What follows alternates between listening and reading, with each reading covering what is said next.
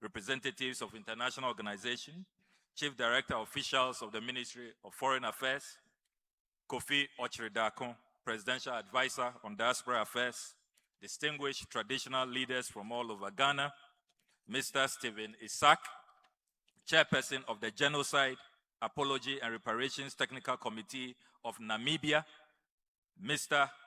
Ben Crump, renowned civil rights and personal injury lawyer based in the United States of America, Mr. Ali Nichol Salimbi Jill, Chairman of the Grenada National Reparations Committee, esteemed scholars, global reparatory experts, panelists, resource persons, friends from the media, distinguished brothers and sisters from the African continent, the Caribbean, the Americas, and the global African diaspora. Good morning to you all. Or better yet, let me say welcome. Welcome home. Welcome to the land of freedom and justice. Welcome to the headquarters of Pan-Africanism. And welcome to the nation where every black life truly matters.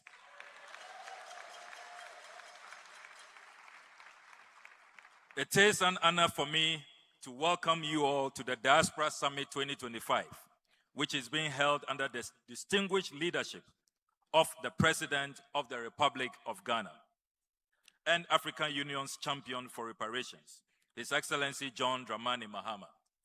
While the overarching theme of this summit is, quote, resetting Ghana, the diaspora as the 17th region, unquote, today's symposium will focus on a profound and urgent call, the call for reparations, and it will progress under the theme, reclaiming the African future, the quest for reparative justice and healing. Your Excellencies, ladies and gentlemen, today's event is more than a gathering. It is more than a homecoming. It is a reunion, a reconnection of destinies. Our presence here today, each and every one of us, is the answer to a desperate prayer of an ancestor. A prayer spoken in the compounds and villages where those who had been stolen once lived and were loved, or in the dungeons of one of the several fortresses where enslaved people were held. A prayer spoken on the ships that were set sail across the Middle Passage with human beings as cargo. Human beings who were once mothers, fathers, sisters, and brothers. Human beings who were once free. A prayer spoken on the sugar estates and ingenious in the Caribbean, in the mines and fazendas of South America, or on the cotton and tobacco fields and plantations of North America. We here today are the answers to those prayers. We are bound by a shared history and the spirit of resilience. We are committed to reshaping a better future for Africa and for all people of African descent. We have come together to deepen the global conversation that is currently being held on confronting historical and contemporary injustices through reparative justice. But more than that, we have come together to find solutions. Over the course of the past 4 centuries, there have been numerous attempts to separate us. They have all ultimately failed because here we are.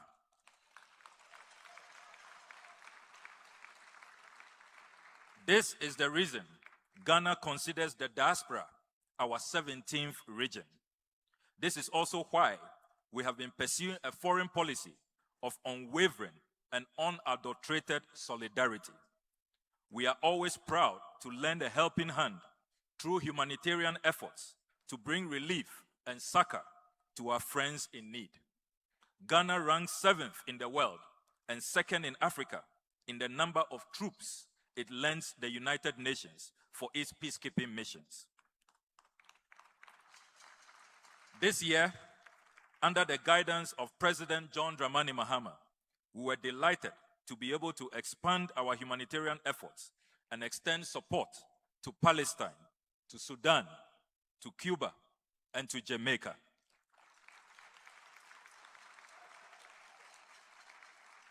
We make all efforts to ensure that our foreign policy is never defined by how much we can take from others, but rather it is guided by how much love and support we can share with others. This is also the reason that on the instruction of President Mahama, our brothers and sisters in the diaspora who registered online to participate in this Diaspora Summit were issued free visas by Ghanaian embassies all over the world.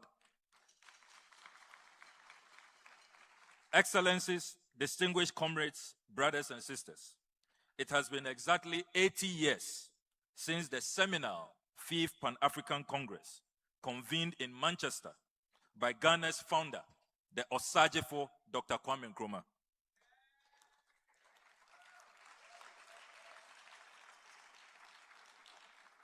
I see you want to hear that again. By Ghana's founder, the Osagefo Dr. Kwame Nkrumah.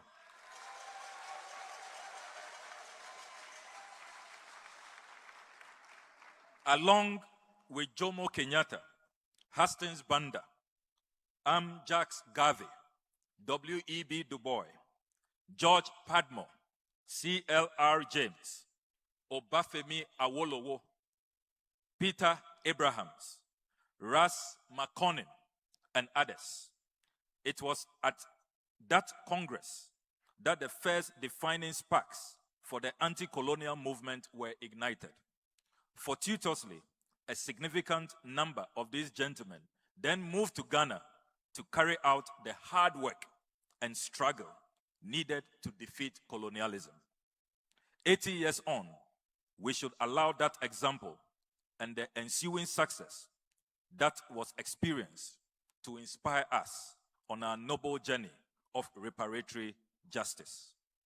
Our time is now.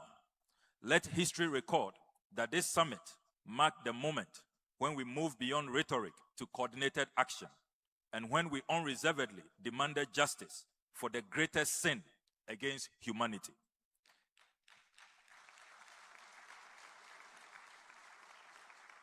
In so doing, we honor our ancestors by insisting that their plight be recognized, that their pain and suffering be remembered, and that their dignity be restored. We may be the answers to the prayers of our ancestors, but our children will be the beneficiaries of our refusal to be defined by the wounds of the past, and our strength to join forces as one global African family with a collective purpose. Together, let us reaffirm that Africa's rise is not only inevitable, it has already begun here in Accra. I thank you very much.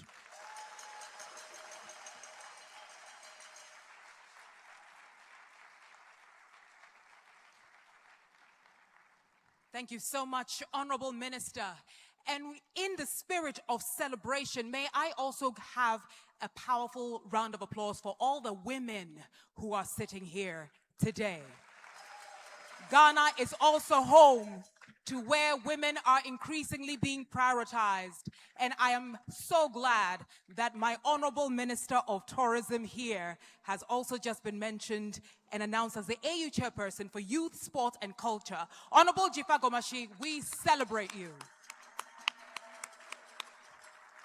Ladies and gentlemen, we quickly go into a collective of solidarity messages being individually delivered by outstanding citizens, outstanding individuals, not only on the continent, but also taking the name Africa around the world. Without any further ado, please bring to the stage with a powerful round of applause the chairperson of the Genocide Apology and Reparations Technical Committee of Namibia. Please warmly welcome Mr. Stephen Isaac.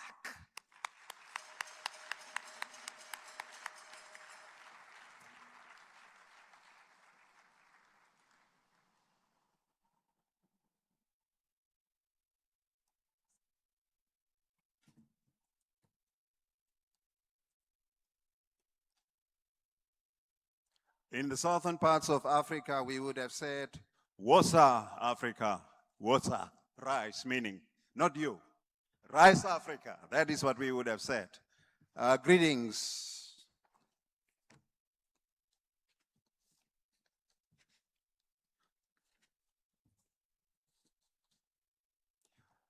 Director of Proceedings, Your Excellency John Dramani Mahama, the host, and President of the Republic of Ghana, Your Excellencies, leaders present here, ambassadors, high commissioners, senior government officials, traditional leaders, community leaders, distinguished invited guests, fellow participants, members of the media.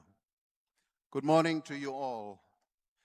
I'm pleased to recognize and thank His Excellency President Mahama of Ghana for hosting this important summit, which calls for reparations for Africa and the people of African descent.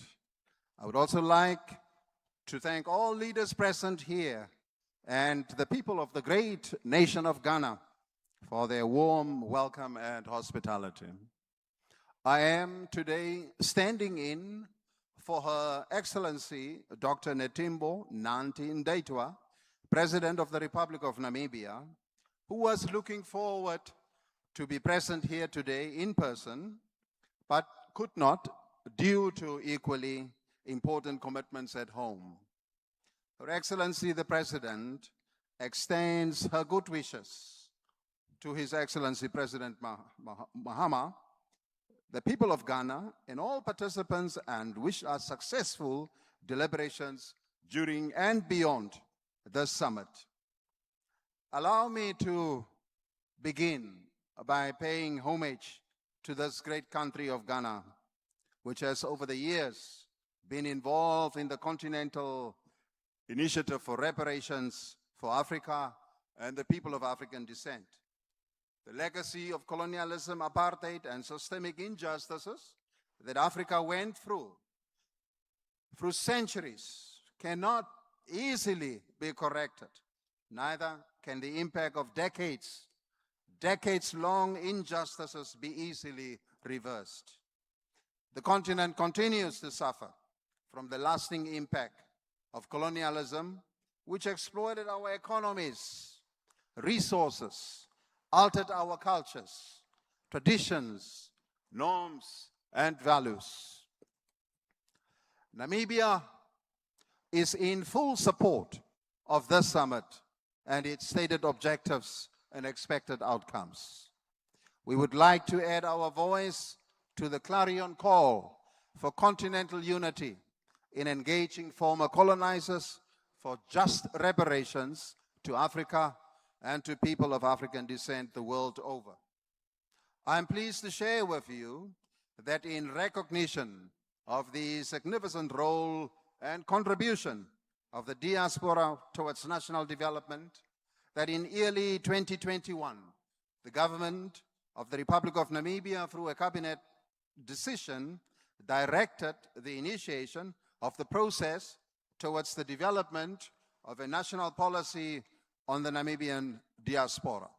And we had assistance in this regard from the Republic of Ghana, who graciously shared their policy with us for benchmarking purposes.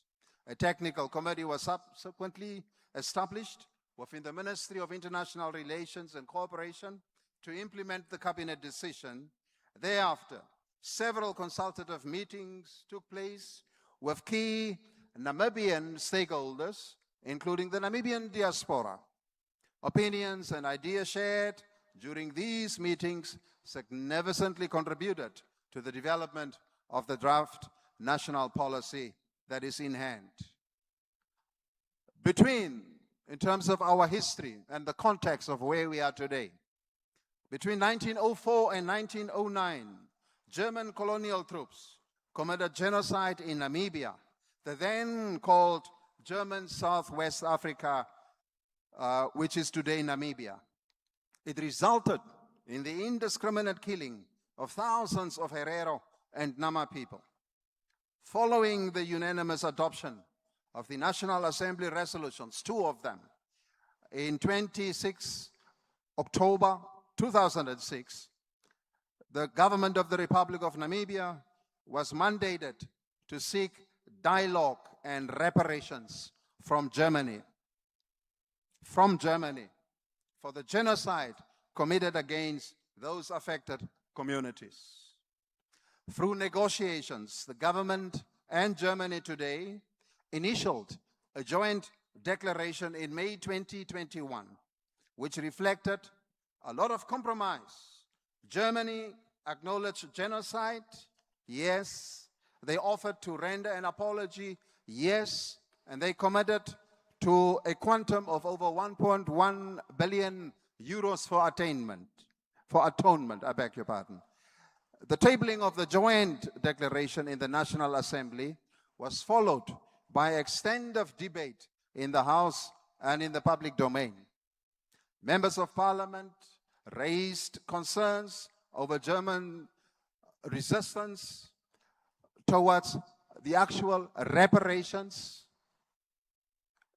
aiming at a grant rather, and after successive engagement, Germany finally agreed to an addendum, which was then incorporated in the joint declaration.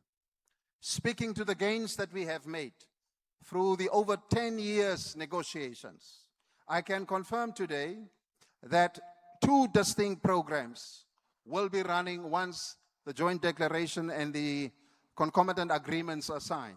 One on reconciliation, the second one on reconstruction. The reconciliation program will speak to memory and remembrance and reconciliation, research and education, including scholarships, culture and language, youth encounters and exchanges, intergenerational exchanges and dialogue, psychosocial support, trauma counseling, and the like.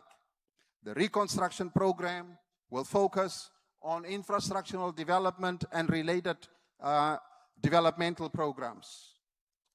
As I conclude, Germany's acknowledgement of genocide and its commitment to an apology and atonement constitutes a historic milestone.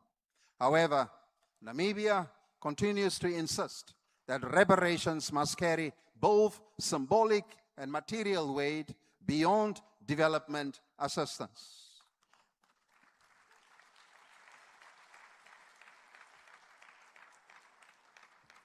Allow me to reiterate that Africa's call for reparations will only receive true justice if we have a unified voice in multilateral fora, whether it is the call for reparations for slavery and resultant damages here in West Africa and other parts of the world, or the call for reparations for apartheid subjugation and exploitation in Southern Africa.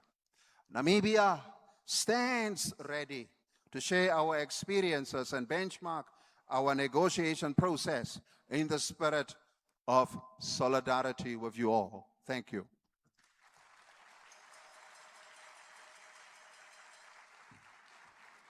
Ladies and gentlemen, as Mr. Stephen Isak takes his seat, may we now warmly welcome the AU High Representative for Silencing the Guns. Please give a round of applause to Dr. Mohammed bin Chambers.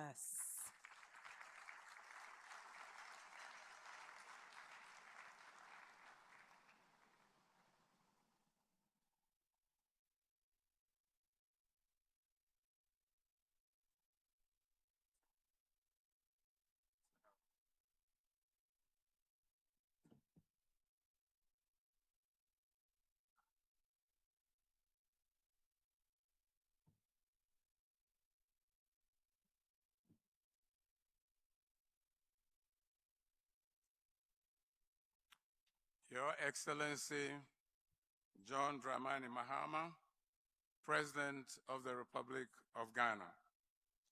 Your Excellency, For Ezezima Yasingbe, Président du Conseil de Togo. Honorable Ministers, our esteemed traditional leaders, our brothers and sisters from the diaspora, allow me to stand on the protocols established. I have the honor to address this distinguished gathering on behalf of His Excellency Mahmoud Ali Yusuf, Chairperson of the African Union Commission, and to convey his warm greetings and sincere appreciation to the government and people of the Republic of Ghana for convening this important Accra Diaspora Summit. Thank you, Mr. President. I wish to recognize at the outset the valuable custodianship of His Excellency John Dramani Mahama, President of the Republic, as the African Union leader on advancing the cause of justice and payment of reparations to Africans. Your convening this conference comes at a moment of historic consequence for Africa and people of African descent worldwide. It takes place under the African Union's theme of the year for 2025, Justice for Africans and People of African Descent through Reparations, as designated by the Assembly Decision 884 and reinforced by subsequent Assembly decisions mandating coordinated system-wide implementation across African Union architecture. Over the course of this year, the African Union has moved decisively from declaration to action. The year of justice and reparations has not been only symbolic. It has been operational, institutional, and increasingly global in its reach. Guided by Assembly decisions 903, 913, and 934, the Union has laid firm foundations for a reparatory justice agenda that is anchored in law, policy, culture, and development, and that speaks with one African voice. Your Excellencies, distinguished audience, as we meet today, we are making history simultaneously in Accra and Addis Ababa, Ethiopia. The African Union has made tangible progress in institutional development related to justice and reparations through the establishment of the Assembly-mandated Committee of Experts on Reparations and a reference group of legal experts. Yesterday, the committee concluded its inception meeting adopting forward-looking conclusions. Today, the legal experts start their critical shift towards operationalizing reparatory justice beyond advocacy into implementation. At the political and diplomatic levels, the year of justice and reparations has been characterized by sustained agenda setting and global advocacy. The African Union has actively shaped international discourse through high-level engagements, including Africa Day commemorations, United Nations platforms, and multilateral dialogues addressing racial justice, historical accountability, and the impact of emerging technologies on inequality. Africa's call for justice has been consistently articulated as forward-looking, constructive, and anchored in international law. Central to these achievements has been the African Union's strengthened partnership with the African diaspora. The AU CARICOM partnership was reinforced through a memorandum of understanding between the two secretariats last year. This year, the second Africa CARICOM Summit on September 7, the first one to meet in person, adopted the Addis Ababa Declaration on Transcontinental Partnership for Reparatory Justice. This has elevated Africa diaspora collaboration to an unprecedented level. The 9th Pan-African Congress, successfully held in Lomé, December 8 to 12, further underscores the Union's commitment to institutionalize diaspora participation in shaping Africa's global agenda. And here we appreciate that President Faure hosted this meeting in Togo along with the people and government of Togo. The Algiers International Conference on the Crimes of Colonialism in Africa, held from November 30th to December 1, was yet another milestone in agenda setting and advocacy. As we progress in pursuing our agenda forward internationally, we have also exerted extraneous effort to reinforce our in-house coordination through the Citizen and Diaspora Directorate. We have established a dedicated mechanism to enable system-wide alignment across AU organs, regional economic communities, AU human rights bodies, and member states, ensuring that reparatory justice is no longer treated as a standalone theme, but as a cross-cutting continental priority. Equally important has been embarking on the process of the formal designation of reparations related to transatlantic enslavement, colonialism, and apartheid as a flagship issue of the African Union.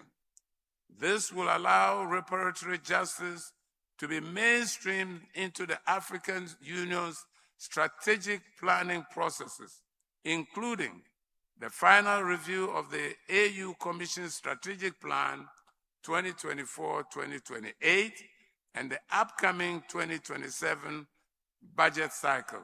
In practical terms, this means that reparations are now embedded in Africa's long-term development and governance agenda, in line with the aspirations of Africa's Agenda 2063. It is against this backdrop of concrete progress that the Accra Diaspora Conference assumes particular significance. The conference's program mirrors, in many respects, the trajectory of the African Union's work during this year. The emphasis on historical truth, healing, and reparative justice resonates strongly with the AU's advocacy for recognition of transatlantic slavery, deportation, and colonization as crimes against humanity and acts of genocide against African peoples. At the same time, the conference rightfully advocates and advances the conversation towards economic justice and structural transformation. Sessions on leveraging the African diaspora to advance the African continental free trade, on diaspora investment instruments, and on sectoral opportunities across agriculture, energy, finance, education, tourism, culture, and the creative economy reflect the African Union's conviction that reparations must be transformative, not transactional. Justice, in this sense, must translate into ownership, opportunity, and shared prosperity.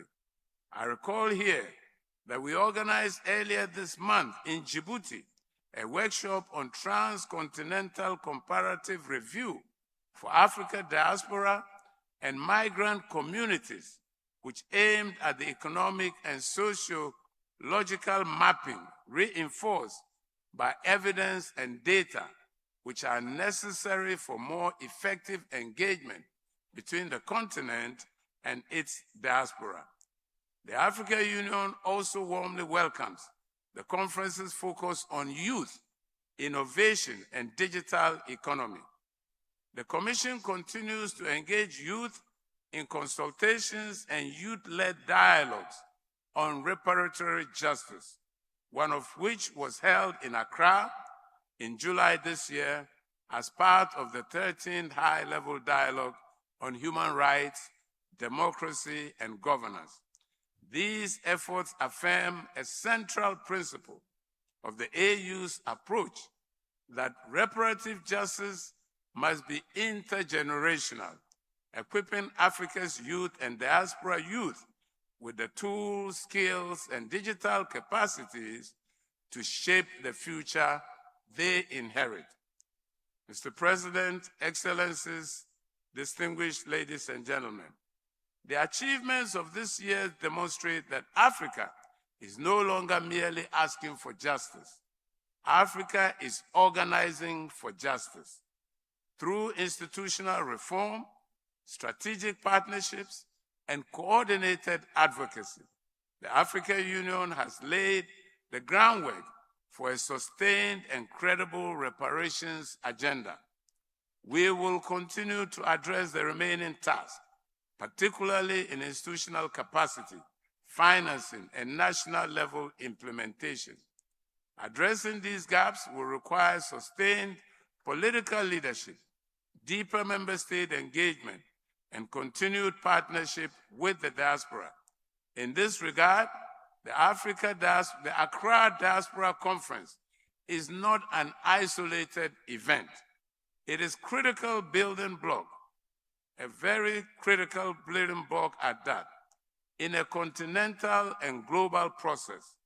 It offers an opportunity to align national initiatives, diaspora strategies, and AU frameworks into a coherent architecture for justice, unity, and development.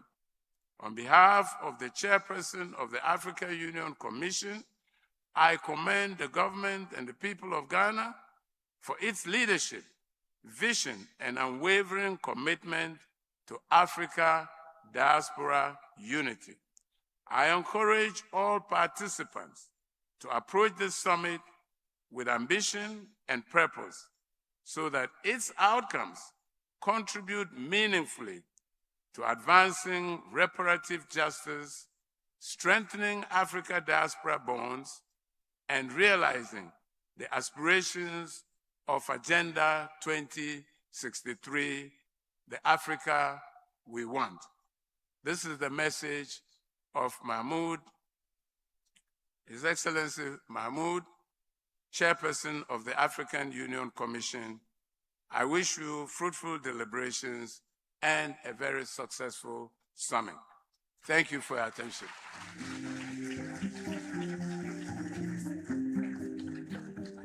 Ladies and gentlemen, celebrated His Excellency Dr. Mohammed Ibn Chambers reading a message on behalf of the AU chairperson. Please, another round of applause. Thank you.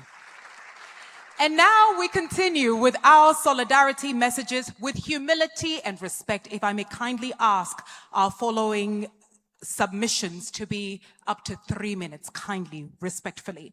Can we kindly have Mr. Arlie Nisho Salimbi Gill, who is the chairman of the Grenada National Reparations Committee, here to share for 3 minutes. Thank you, sir.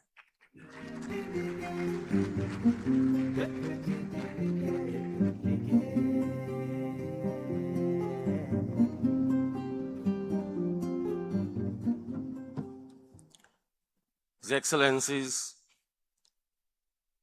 President of Ghana, or host, Excellency, President of Togo, Majesties and Royalties, senior government ministers, members of the diplomatic corps,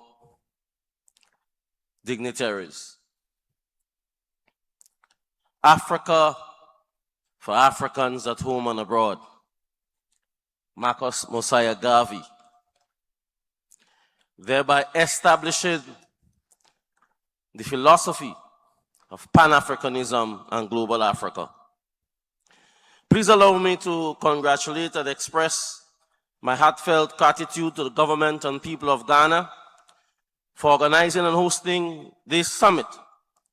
By doing so, you are not only executed your mandate as lead country of the African Union for reparative justice, but you are also demonstrating tremendous strength in leadership in advancing the most important conversation that concerns our race in this century. Indeed, my presence here today, which was made possible by your invitation and generosity, is a living testimony of Ghana not only embracing global Africa, but it is an affirmation that the ideals of African unity is well and truly alive.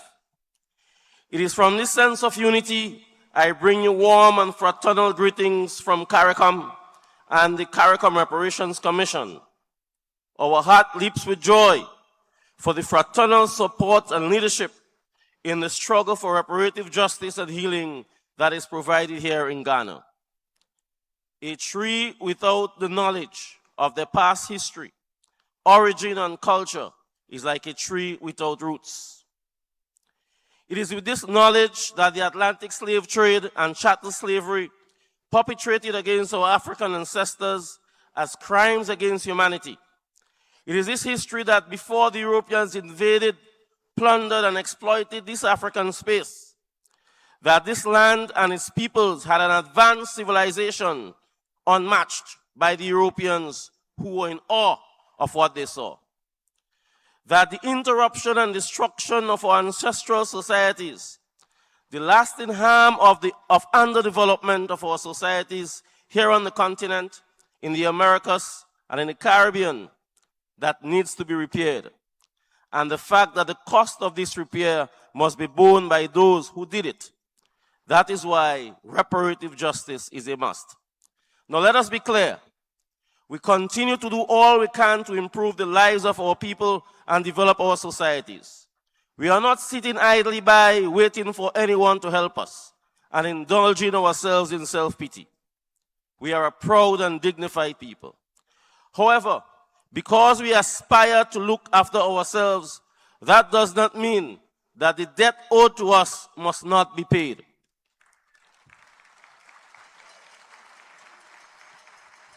We demand that just as the Germans have paid and continue to pay their debt to the Jews, so too the Europeans must pay their debt to Africa and Africans. We in the CARICOM have developed a socio-economic plan which is now internationally recognized as the go-to document on reparative justice. It is called the CARICOM 10-point plan, which calls for a full and formal apology as the first act of reparative justice. For there to be healing, there must be an acknowledgement by the Europeans that the crimes that they have committed against us were actually crimes. That they must express sincere sorrow for so doing, give a commitment that it will not happen again, and ask us for forgiveness. After all, this is not different from the Christian teachings that they have taught us. Our plan demands repatriation of those of us in the diaspora who wish to return to the continent, with the Europeans underwriting that cost of transportation and relocation. An indigenous peoples program for the first settlers of the Caribbean, repair of public health and education systems, establishment of cultural institutions, restitution of cultural property, cultural reconnection, psychological healing, development through technology transfer, debt forgiveness, and monetary compensation. Mr. President, we note with great satisfaction, uncontrolled excitement, and great expectation your pledge to file a motion in the United Nations to have slavery declared as one of the greatest crimes against humanity. Let us see who will dare to say that this is not so. We note also your bold and courageous advocacy for restructuring the United Nations Security Council so that Africa can have a permanent seat. Speaking truth to power, that the current arrangement is outdated and unjust. Your call to reform the global financial system because it is rigged against Africa.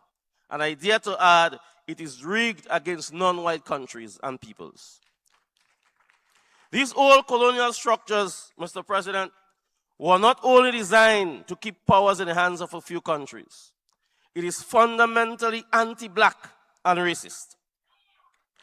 And we must call it out for what it is. Colonialism ensured that while we secured our independence as states, that they will control global power through political structures and wealth. They still do not see us as equals. They refuse to admit the wrongs they committed against us, and they are determined not to compensate us either.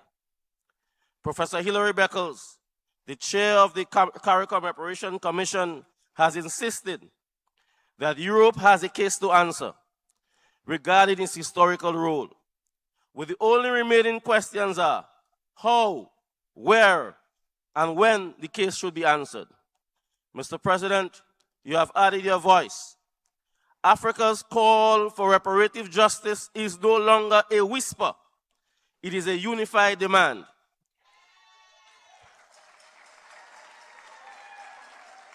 Therefore, we shall continue to march on demanding reparative justice on our feet and not on our knees. We will not crawl. We will not bow or otherwise cower in this struggle. And as your world-famous statesman, the founding father of your nation once said, we will say, forward ever, backward never. Long live the president and the people of Ghana. Long live the struggling people of Africa. Long live the struggle for reparative justice and healing. Long live the united force of Africa, the Caribbean and its diaspora. Long live! Long live! Long live!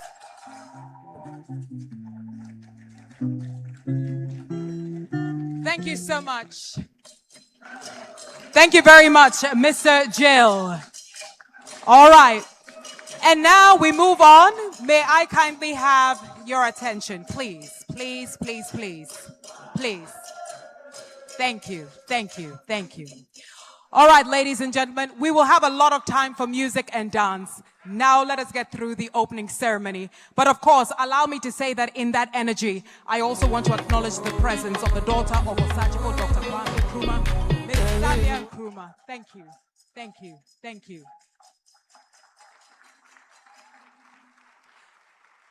But of course, sitting right next to her is also Honorable Gusi Tando, Presidential Advisor for 24-Hour Economy. Thank you so much, sir. Thank you. Et maintenant, mesdames et messieurs, je vous présente le ministre des Affaires étrangères et de l'intégration africaine de la République du Sénégal. Mesdames et messieurs, s'il vous plaît, Son Excellence Cheikh Niang.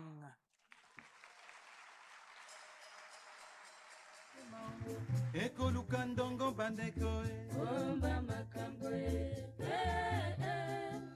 Omba makambo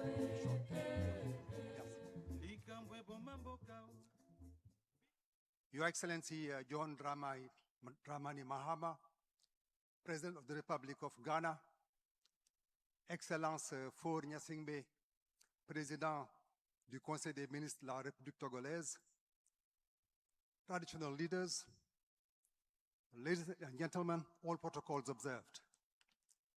I wish first and foremost to express on behalf of His Excellency Bassirou Diomaye Faye, President of Senegal, and the government of Senegal, our deepest appreciation to the authorities of the Republic of Ghana for their gracious hospitality and for the exemplary manner in which this high-level summit is being organized.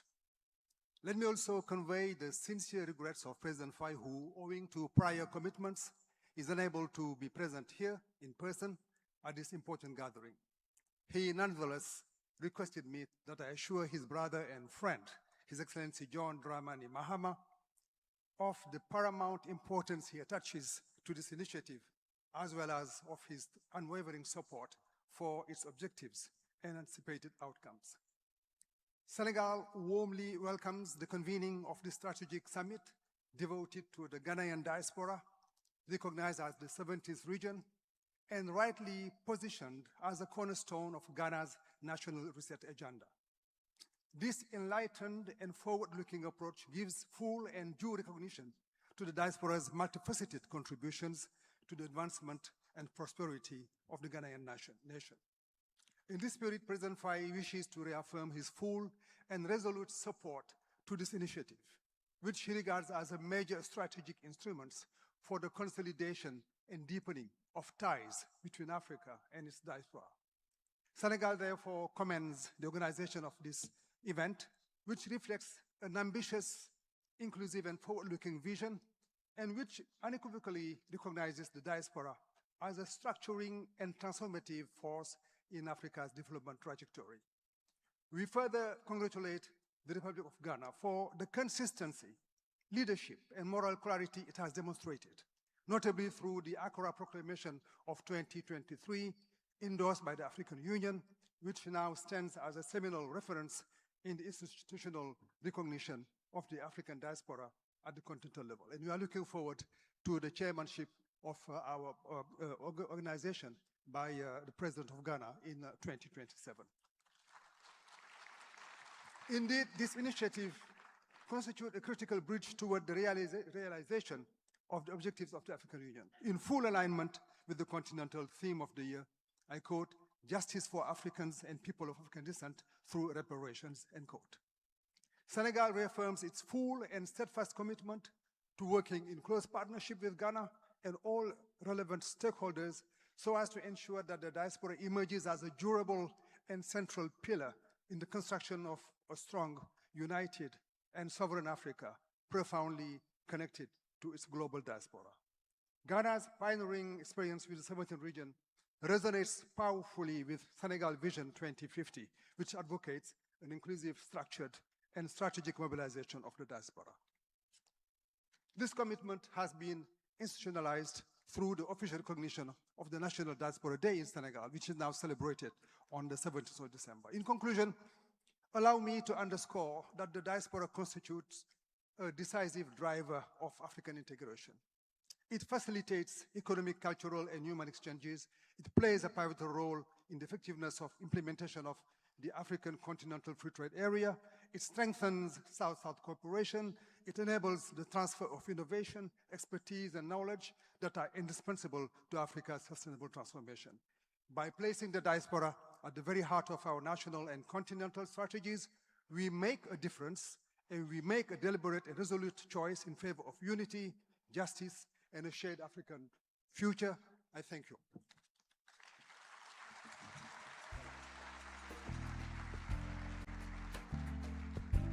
Thank you, sir. And now, ladies and gentlemen, we finish our short solidarity messages with the words and voice of a personal injury lawyer, but who is most known as a renowned and globally celebrated civil rights leader. Please warmly welcome Mr. Ben Crump.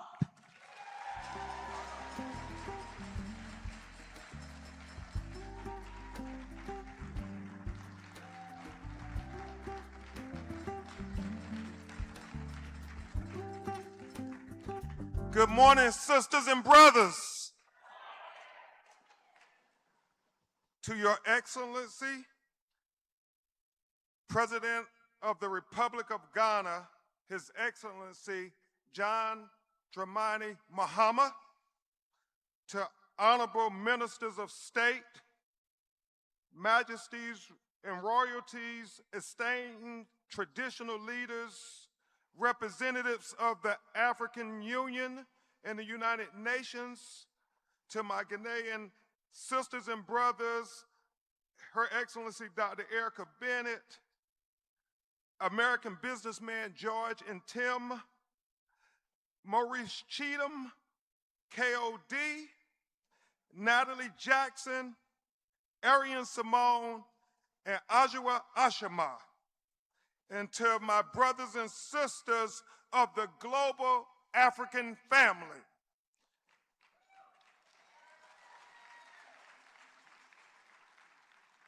I greet you in humility. I greet you in solidarity. As a member of the African diaspora living in America, it is my profound honor to stand here in the motherland, to be here not as a guest, but as family, not as an observer, but as a descendant, carrying the history in my bones. Yesterday, Your Excellency, I spent the day revisiting Cape Coast with my wife and 25 American lawyers in my delegation. I walked the path our ancestors were forced to walk. I touched the waters they were made to bathe in. I stood in the dungeons where humanity was denied, but the African spirit was never broken.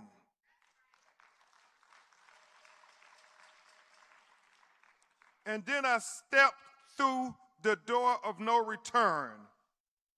But unlike our ancestors, I was granted the privilege they never knew. I walked back through the door of return. And above that door were the words that changed me. It said, "Welcome back home."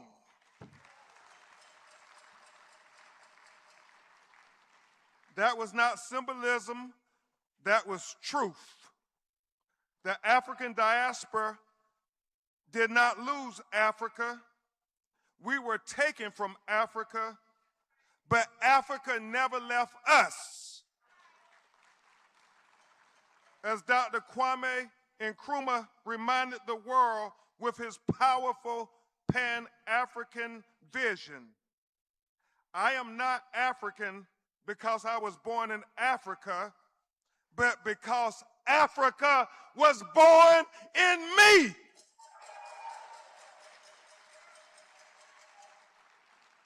Africa was born in our resistance. Africa was born in our survival. Africa was born in our insistence on dignity and justice and repair.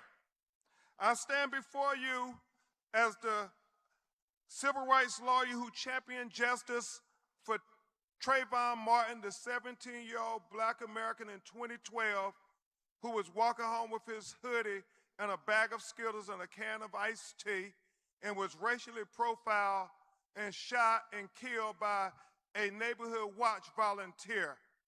And President Barack Obama said, if I had a son, he would look like Trayvon.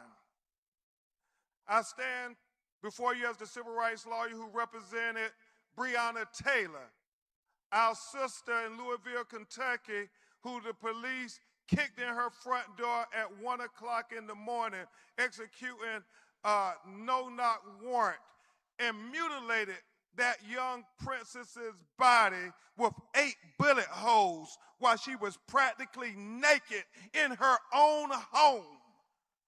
And I stand before you as the civil rights lawyer who championed justice for George Floyd, who was killed in Minneapolis, Minnesota, with a police officer knee on his neck for 9 minutes and 29 seconds while he said, "I can't breathe," 28 times. And the whole world said, until we get justice for George Floyd, none of us can breathe.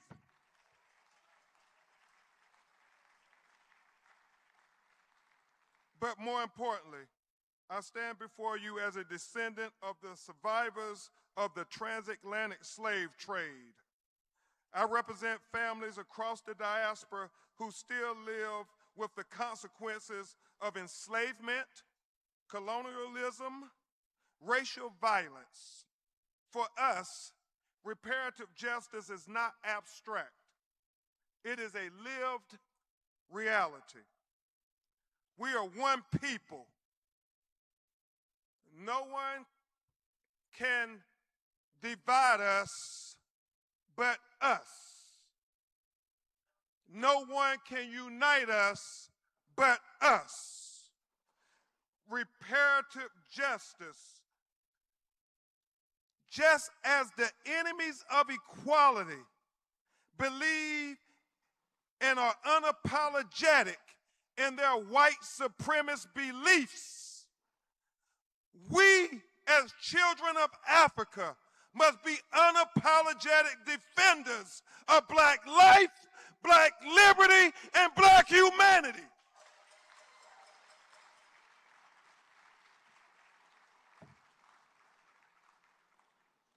Reparations are not charity. They are not symbolic gestures. They are not moral.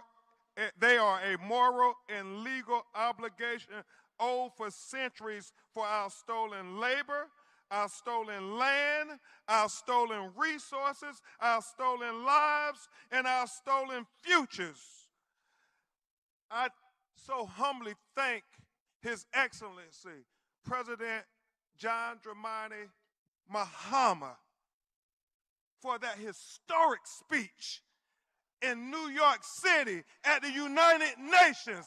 I applaud you. We stand for you for that historic proclamation on behalf of all of Africa.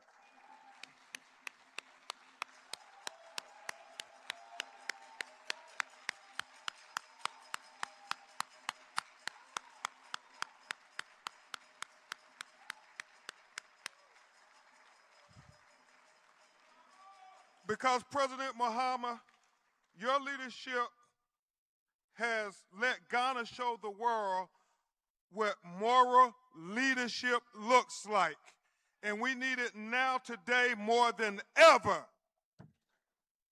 By opening the door of the return, by welcoming the diaspora home, by affirming that Africa's future is inseparable from the fate of her dispersed children, Ghana's leadership sends a message that echoes beyond the continent. That message is one that healing requires truth, justice requires courage, and reconciliation without repair is incomplete. Let this summit here in Accra, Ghana mark a turning point where Africa and her diaspora stand together, not divided by oceans, not imprisoned by history, but united in purpose, not asking for recognition, but demanding repair, not waiting for justice, but organizing to claim it ourselves. In conclusion, I stand with you, I walk with you, I commit my voice, my work to ensure that the descendants of the Africa and enslaved and the colonized are no longer to wait for justice that is already overdue. May our This afternoon in the solidarity be bulletin, as unwavering NPP